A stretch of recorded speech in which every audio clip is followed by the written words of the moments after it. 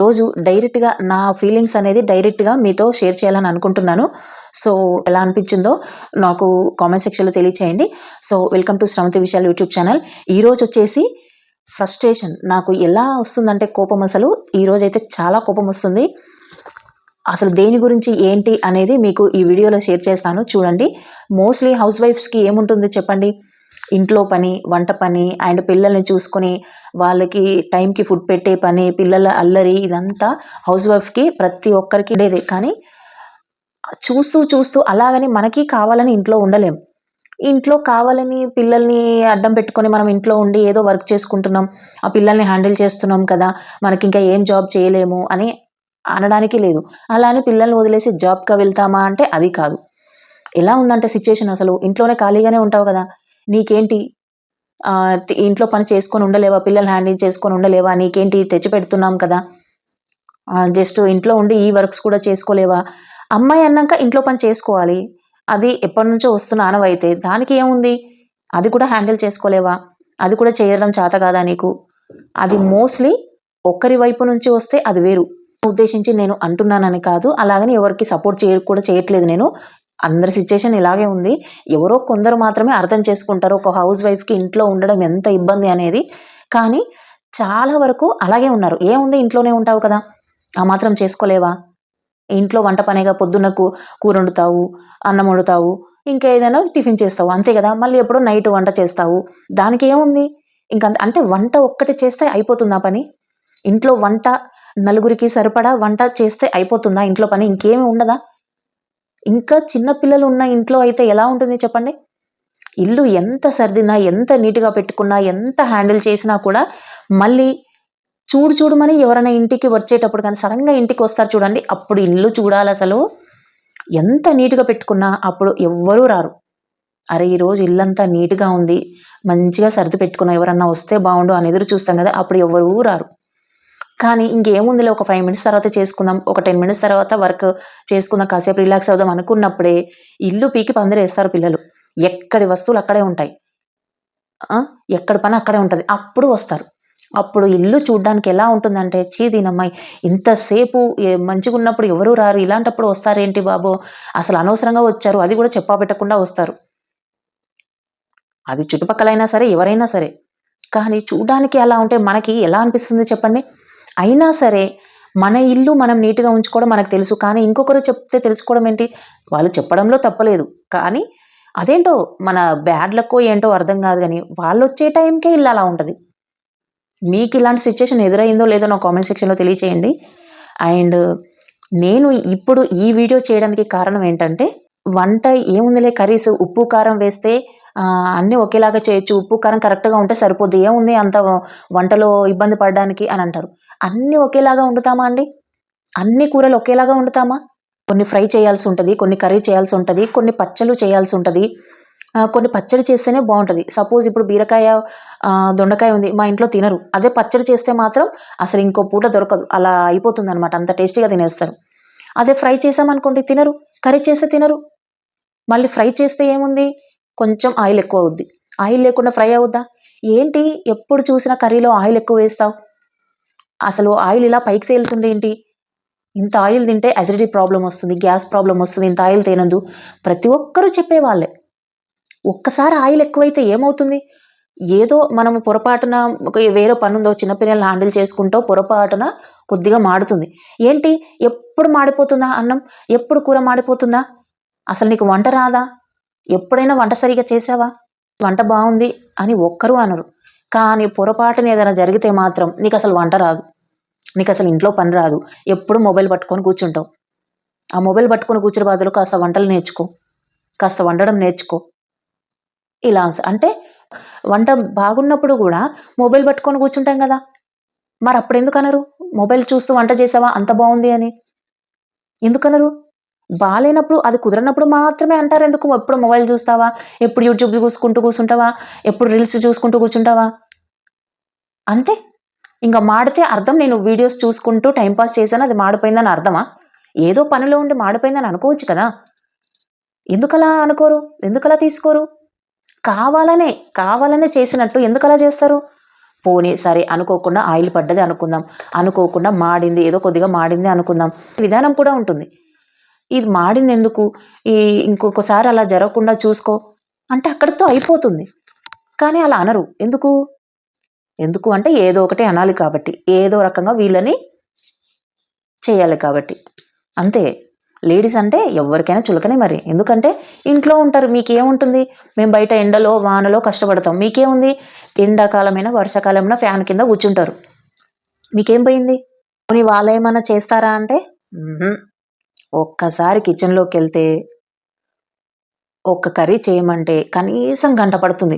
ఆ గంట లోపల కిచెన్ ఎలా తయారవుతుందంటే, మీ ఇంట్లో ఉంటుందో లేదో సిచ్యుయేషన్, కానీ నాకైతే వంట చేస్తారు. వంట రాదన్నట్టు కాదు, వంట రాని వాళ్ళతో ఇంకా అది వేరే టాపిక్. వంట వచ్చిన వాళ్ళు కూర వండితే సరిపోతుంది అనుకుంటారు. కానీ ఆ కూర వండిన తర్వాత కిచెన్ ప్లాట్ఫామ్ చూస్తే ఎలా ఉంటుందంటే అసలు చెప్పలేం. ఇంకా ఆ క్లీనింగ్ అదంతా మైండ్లో తిరిగి చూసి వామ్మో వద్దులే నేనే వండుకుంటాను అనే సిచ్యుయేషన్ వస్తుంది. మీకు సండే రోజు హాలిడే ఉంటుంది, పండగలు వస్తే హాలిడే ఉంటుంది. మరి మాకు మీరు ఇంట్లో ఉంటేనే ఇంకా పని ఎక్కువ ఉంటుంది చెప్పాలంటే. అదే స్కూల్స్ డ్యూటీ ఉందనుకోండి, పిల్లలు స్కూల్కి వెళ్తే, హస్బెండ్ డ్యూటీకి వెళ్తే పొద్దున్నే పని అయిపోతుంది. ఒక కర్రీ చేస్తాము, రైస్ పెట్టేస్తాము, టిఫిన్ చేస్తాము, 10 గంటల్లో పని అయిపోతుంది. కానీ మీరు ఇంట్లో ఉంటే మమ్మీ నాకు ఆ వెరైటీ కావాలి, నాకు ఇది చేసి పెట్టు, అది చేసి పెట్టు. హస్బెండ్ అయితే నాకు ఈరోజు చికెన్ తీసుకొస్తాను, దాన్ని చికెన్ బిర్యానీ చేయు, చికెన్ కర్రీ చేయు, మళ్ళీ చికెన్ పకోడీ చేయు, ఏదో ఒక వేస్తావా, గారెలు చేస్తావా, ఇలాంటివి. మళ్ళీ సాయంత్రం అవన్నీ స్నాక్స్, ఏదైనా స్నాక్స్ చేయరాదు, కాస్త టీ పెట్టరాదు.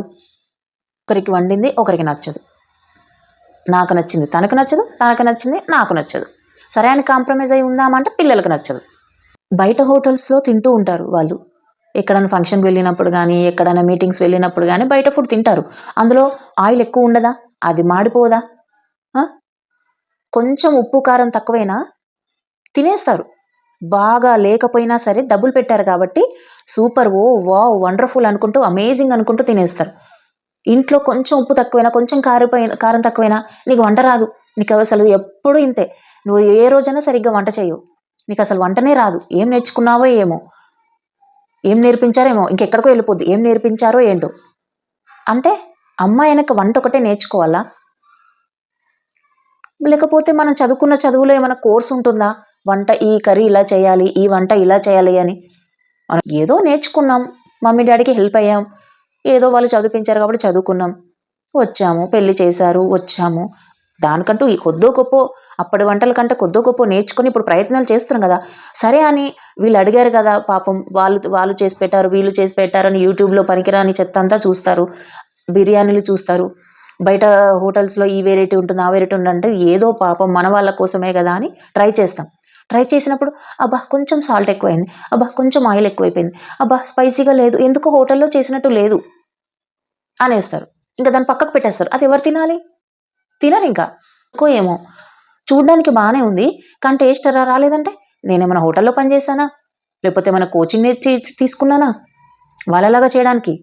వాళ్ళంటే ఎన్నో సంవత్సరాల నుంచి చేస్తూ ప్రాక్టీస్ అయ్యి ఏమంటే ఎంత చేయాలి, ఎంత మెజర్మెంట్ అనేది ఉంటుంది కొన్ని రెసిపీస్ చేసినప్పుడు. నీకు ఇంట్లో ఏం చేస్తావు, నీకేం పని ఉంటుంది ఇంట్లో. సరే హస్బెండ్ డ్యూటీకి వెళ్ళిపోతారు, చిన్నోడు స్కూల్కి వెళ్ళిపోతాడు, మరి ఇంట్లో ఉన్న చిన్నపిల్లని ఎవరు హ్యాండిల్ చేస్తున్నారు. తను ఫుడ్ పెట్టే టైంకి, నేను పెడదామనుకున్న టైంకి తను తినదు, తను తినాలనుకున్న టైంకి నేను ఏదో పని మీద ఉంటాను. నేను చెప్పగానే బాత్రూమ్ వెళ్తుందా, తనకి ఎప్పుడు బాత్రూమ్ వస్తుందో చెప్తుందా, తనకి ఎప్పుడు ఏడుపు వస్తుందో చెప్తుందా, తనకి ఎప్పుడు ఆకలిస్తుందో చెప్తుందా, చెప్పదు. మనం పెట్టినప్పుడు వాళ్ళు తినరు, వాళ్ళ వెనక తిరుగుతూ ఉండాలి. సర్లే ఇంకా వద్దంటున్నారు కదా ఏముందిలే మనకు హ్యాపీ అని ఊరుకుంటామా. వాళ్ళు కడుపు నింపాలి, ఏదో రకంగా వాళ్ళకి ఫుడ్ పెట్టాలి, లేకపోతే వాళ్ళు ఆడుకోలేరు కదా. ఏముందిలే ఈ పూట తినకపోతే ఇంకో పూట తింటుంది అని వదిలేస్తామా, ఏదో ఒకటి తినిపించాలి. వాళ్ళ పిల్లలు తినేది ఇంతైనా మనము వాళ్ళ వెంబడి పరిగెడుతూ వాళ్ళకు బతిలాడైనా కొట్టైనా సరే తినిపిస్తాం. వాళ్ళు దాకించుకుంటారో తెలీదు, ఎప్పుడు ఎక్కడ పరిగెడతారో తెలీదు, వాళ్ళని ఒక కంట చూస్తూనే ఉండాలి. కొంచెం వాళ్ళను డైవర్ట్ చేసి మనం ఏదో బిజీలో ఉన్నామంటే ఎప్పుడో కింద పడతారు, దెబ్బలు తగిలించుకుంటారు. మళ్ళీ అది మనకే, నువ్వు ఇంట్లోనే ఖాళీగానే ఉంటావు కదా, పిల్లని చూడలేవా, కింద పడుతుంటే నువ్వేం చేస్తున్నావు అంటే అక్కడ పని అక్కడ ఉంటుంది, ఎక్కడ పడేసి పెడతారు. స్నానం చేస్తారు, ఆ డోర్ పెట్టరు, ఆ లైట్ బంద్ చేయరు, మతిమరుపు చాలానే ఉంటుంది మళ్ళీ. కానీ మనకు మాత్రం తిట్లు. బయటకు వెళ్ళేటప్పుడు ఫ్యాన్ ఆఫ్ చేయరు, లైట్ ఆఫ్ చేయరు, బాత్రూమ్కి వెళ్తే డోర్ పెట్టరు. ఇవన్నీ మీరు వెళ్ళిన తర్వాత చూసుకోవాలి మళ్ళీ ఎక్కడివక్కడ. బండి తీయడానికి కీ చైన్ కూడా దొరకదు, అన్నీ మేము వెతికేయాలి. ఇల్లు నీట్గా పెట్టుకోవడం తెలియదా, ఇలాంటి మాటలు మాట్లాడతారు మళ్ళీ. నార్మల్గా చెప్పొచ్చు కదా, అరవడం ఎందుకు? అరుస్తే గొడవ తప్ప ఇంకేముంటుంది? అసలు వంట రాదు అంటే ఎలా? రోజు అలాగే అవుతుందా? ఎప్పుడో ఒక్కసారి అలా జరిగినప్పుడు నువ్వు ఎందుకు యాక్సెప్ట్ చేయవు? ఏ కర్రీ అయినా ఒకేలాగా వండుతారు, ఉప్పు కారం కరెక్ట్గా ఉంటే చాలు. అంటే అన్ని కర్రీలు ఒకేలాగా వండుతారా? ఒకేలాగే ఉంటాయా చూడ్డానికి? మీకు అంత ఈజీగా ఎలా చెప్తారు? లేకపోతే ఇంట్లో వంట చేయడానికి ఇంత ఇబ్బంది పడుతున్నారు, అందరూ చేసేదే కదా. బెడ్ రెస్ట్లో ఉంటే హస్బెండ్ని వండమన్నాను. హస్బెండ్ ఆ రోజు ఎలా అయిపోయారంటే, అక్కడ పిల్లల్ని హ్యాండిల్ చేయలేక, ఇక్కడ ఇంట్లో పని చేయలేక, అక్కడ వంట పని చేయలేక ఒకలాంటి ఫ్రస్ట్రేషన్ వచ్చేసింది. ఎందుకంటే అన్నీ ఒకేసారి ప్రెజర్. ఒకవైపు పాలు వేడి చేస్తున్నారు, ఒక సైడు వంట చేస్తున్నారు. అక్కడ పాలు పొంగుతున్నాయా లేదా చూడాలి, ఇక్కడ కర్రీ మాడుతుందా లేదా చూడాలి. మైండ్ ఒకే దాని మీద పెట్టలేం, సరౌండింగ్ మొత్తం చూడాలి. ఈలోపు మళ్ళీ కిచెన్ క్లీన్ చేసుకుంటూ ఉండాలి, గిన్నెలు ఎన్ని ఉన్నాయి సింక్లో ఉన్నాయి తోముకుంటూ ఉండాలి. ఇన్ని పనులు ఉన్నప్పుడు ఆ పాలు పొంగకుండా ఉంటాయా? నువ్వు అలా కాన్సన్ట్రేషన్ చేయగలవా? పాలు రైస్ వండి పక్కకు పెట్టేదాకా కర్రీ చేయలేరు, ఎందుకంటే రెండు హ్యాండిల్ చేయలేరు. మరి ఒకేసారి మేము పాలు వేడి చేయడం, టిఫిన్ చేయడం, అన్నం వండడం, కర్రీ వండడం, ఇవన్నీ ఒకేసారి ఎలా చేస్తున్నాం? మళ్ళీ టిఫిన్స్ ఉంటే చట్నీ కంపల్సరీ, చట్నీ లేనిది తినం. ఒకవేళ చట్నీ చేస్తే హోటల్స్లో లేదెందుకు? హోటల్లో చాలా టేస్టీగా ఉంటుంది. నువ్వు చేస్తే ఆ హోటల్ టేస్ట్ రాలేదెందుకు? అసలు తినబుద్ధి కావట్లేదు చట్నీ. హోటల్లో చేసేది ఇంట్లో చేసేది ఒకేలాగా ఎందుకు ఉంటుంది? ఎందుకు కంపేరింగ్? హోటల్లోకి దానికి కంపేరింగ్ ఎందుకు చేస్తారు? హోటల్ ఇల్లు ఒకటేనా? హోటల్లో రోజు చేస్తారు చట్నీ, రోజు పూరి ఉంటుంది, రోజు బోండా ఉంటుంది, రోజు వడ ఉంటుంది. చట్నీ మాత్రం ఒక టమాటా చట్నీ లాగా చేస్తారు, అల్లం చట్నీ చేస్తారు, పల్లి చట్నీ చేస్తారు, లేదా కొబ్బరితో చేస్తారు. ఒక్కో చట్నీ ఒక్కో రకంగా ఉంటుంది. అలాగే ఇక్కడ ఉండాలంటే ఎలా కుదురుతుంది? ఏమన్నా గట్టిగా మాట్లాడామా అంటే, మా అమ్మ ఈ దొండకాయ చాలా టేస్టీగా చేస్తుంది, నీకు రాదు అలా. అమ్మలతో కంపారిజన్ ఎందుకు కంపారిజన్ చేస్తారు? కంపేరింగ్ చేయాలంటే అన్నిట్లలో చేయాలి, మరి ఎందుకు చేయరు? అన్నిట్లలో చేయాలి కంపేరింగ్, ఎందుకు చేయరు? అయితే నచ్చినా నచ్చకపోయినా తింటారు, ఎందుకంటే పేమెంట్ చేస్తారు కాబట్టి. ఇంట్లో అయితే ఫ్రీ కదా, ఫ్రీగా వండి పెడతారు, వాళ్ళకేం డబ్బులు ఇవ్వాల్సిన అవసరం లేదు కాబట్టి ఫ్రీగా తిట్లు కూడా నచ్చకపోతే. నీకు సండేస్ హాలిడే ఉంటుంది, పండగలు వచ్చినప్పుడు హాలిడే ఉంటుంది, మరి మాకిక్కడ హాలిడే, మాకంటూ రెస్ట్ ఉండద్దా? ఏముంది, నువ్వు డే అంతా ఖాళీగానే ఉంటావు కదా మేము వెళ్ళిన తర్వాత. సరే మేమేమీ అనుకోను, కానీ ఏదన్నా జరిగినప్పుడు, కర్రీ బాగాలేనప్పుడు, టిఫిన్స్ బాగాలేనప్పుడు, కానీ ఏదన్నా ఇంట్లో ఎక్కడ వస్తువులు అక్కడ ఉన్నప్పుడు కొద్దిగా అనండి, తప్పు లేదు. మీరు అనడంలో తప్పు లేదు, ఎందుకంటే ఇల్లు నీట్గా ఉంటే అందరి హెల్త్ బాగుంటుంది.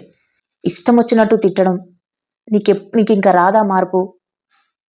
ఇవి కరెక్ట్ కాదు. చెప్పే విధానంలో ఉంటుంది ఏదైనా, తీసుకునే విధానం కాదు. ఫస్ట్ చెప్పే విధానం కరెక్ట్గా ఉంటే తీసుకునే విధానం కరెక్ట్గా ఉంటుంది. నేనేదో ఫ్రస్ట్రేషన్లో చెప్పానని కాదు, కానీ చాలామంది ఇళ్లలో ఇది జరుగుతుంది. మీ ఇంట్లో కూడా ఇది జరుగుతుందో లేదో, ఇలాగే ఉందా, లేకపోతే మీకు సపోర్టివ్గా ఉంటారా, లేకపోతే మిమ్మల్ని చీప్గా తీసి పడేస్తారా హౌస్ వైఫ్ అంటే, నా కామెంట్ సెక్షన్లో తెలియచేయండి. సో ఇదండి ఈరోజు వీడియో. ఇంకా వీడియో నచ్చినట్లయితే కంపల్సరీ సబ్స్క్రైబ్ చేసుకోండి. So bye friends.